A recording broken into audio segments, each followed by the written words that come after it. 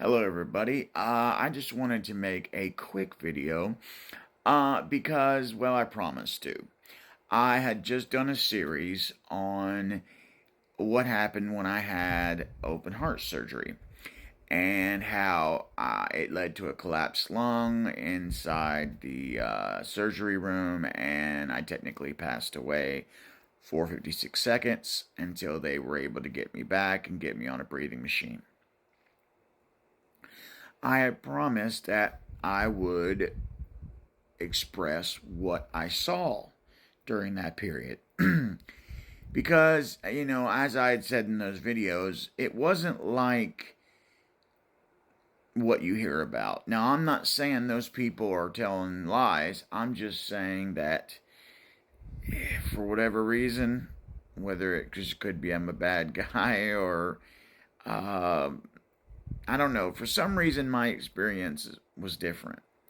And no, this isn't going to be some fantastical tale about fire and brimstone and a big old demon. No, it wasn't negative in a biblical sense. It was just scary and negative. I didn't have any of the positives. I didn't see any family members. I didn't have that overwhelming feeling of joy that everybody kind of says they get. So anyway, don't want to make this video extremely long.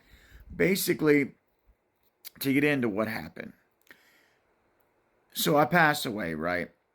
Now, obviously, I'm in surgery.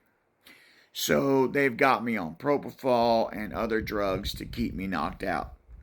And just to go ahead and get it out of the way for anybody who's not been on propofol, because I feel it's necessary to say this because I can see people going, well, Chad, you were on drugs, you experienced whatever the drug did to you. No, that's not what it was, because I've been on propofol a few times, and on propofol, you don't feel anything. You don't dream, you don't sleep. I mean, you sleep, but you don't, because you're always sleeping. You're basically like shut off. There's nothing. There's no sensations, no feeling, no pain, no joy, no sadness, no excitement. There's nothing. And so, being that I was on the propofol, I don't remember anything. All I remember is going under for my surgery, doing the whole 10, 9, 8 thing. Then all of a sudden, when I come to, and again, I'm not coming to, this is just when I get back any kind of memory, I was in darkness, just absolute darkness. And for me, whenever I transitioned from living but on propofol to dead, there was no light or no carryover or no shooting through space sensation. It was just waking up in a box, or it felt like a box, um, in total blackness. And of course, I'm freaking out. I don't know what to do.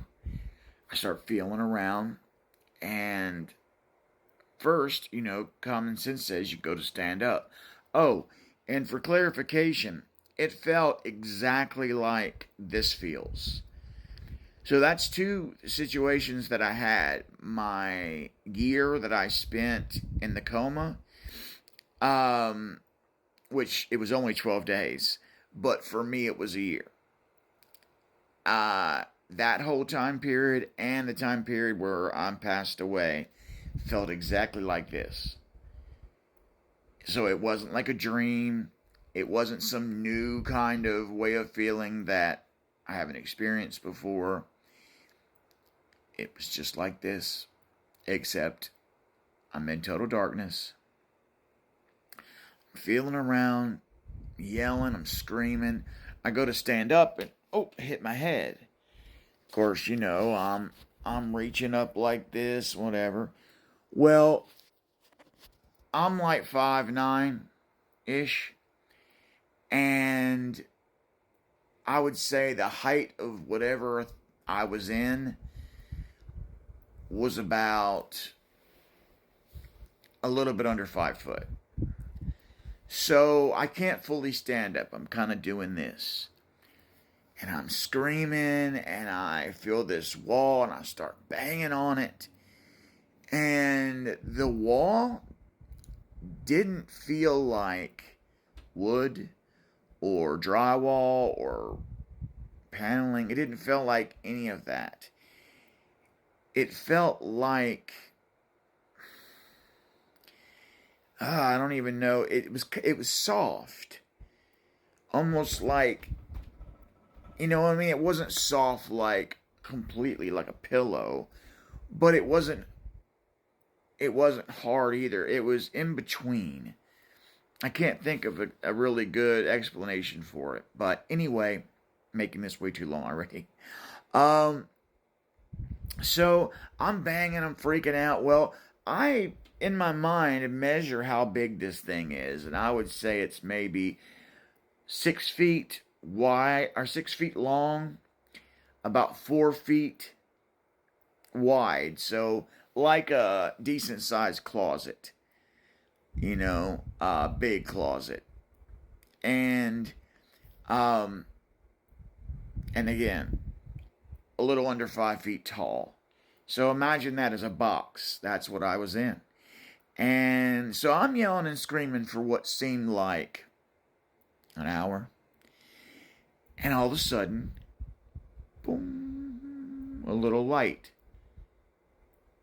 And it's like it was shining through the wall, which is why it's hard for me to describe it. It was almost like the wall had a translucent